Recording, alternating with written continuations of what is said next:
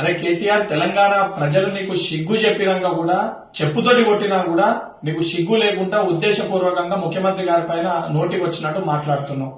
నిజంగా నీకు మీ అయ్యకి సిగ్గు శరం ఉంటే, తెలంగాణ ప్రజల పట్ల చిత్తశుద్ధి ఉంటే, 10 ఏళ్లు మీరు పరిపాలించినప్పుడు తెలంగాణ రాష్ట్రానికి ఏం చేసినో అది చెప్పకపోగా మీరు చేయని పనులు ఈ రోజు ముఖ్యమంత్రి గారు చేస్తుంటే అది జీర్ణించుకోలేక, తట్టుకోలేక ముఖ్యమంత్రి గారిని ఉద్దేశించి దూషిస్తున్నావు.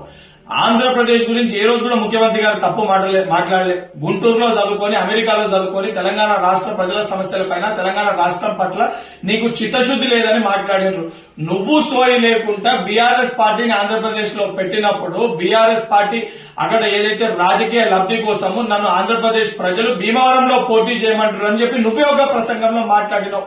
ఈ రోజు సిగ్గు లేకుండా ముఖ్యమంత్రి గారి వ్యక్తిగత జీవితం గురించి, ముఖ్యమంత్రి గారి యొక్క చరిత్ర గురించి మాట్లాడుతున్న నీది మీ అయ్య చరిత్ర ఏంద్రా నాయన? మీ కె చంద్రశేఖర్ రావు అలియాస్ దుబాయ్ శేఖర్, మీ అయ్యకి దుబాయ్ శేఖర్ అనే పేరు ఎందుకు వచ్చింది? ఈ రోజు కూడా గూగుల్లో దుబాయ్ శేఖర్ అని కొడితే pet name, nickname of K Chandrashekar Rao అని వస్తుంది.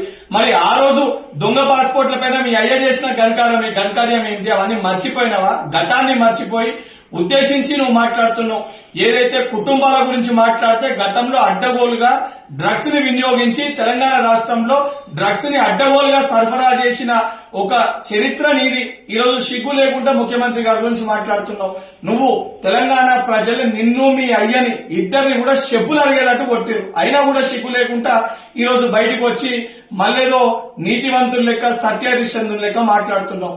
నిజంగా నీకు సిగ్గు ఉంటే జూబ్లీహిల్స్ ఉప ఎన్నికల్లో గానీ, సర్పంచ్ ఎన్నికల్లో గానీ నువ్వు పార్టీ వర్కింగ్ ప్రెసిడెంట్ గా అన్ఫిట్ అని చెప్పని ఈ రోజు నీ సొంత పార్టీ కార్యకర్తలు మాట్లాడుతున్నారు. స్వయంగా నీ చెల్లెని నువ్వు దయ్యం అని చెప్పి సంబోధిస్తుంది. సొంత చెల్లెకి సమాధానం చెప్పుకునే ఒక ధైర్యం లేదా? అడిగే ప్రశ్నలకి సమాధానం చెప్పే సిగ్గు లేదు. ఈ రోజు నువ్వు వచ్చి తెలంగాణ రాష్ట్ర ముఖ్యమంత్రి గురించి మాట్లాడుతావా?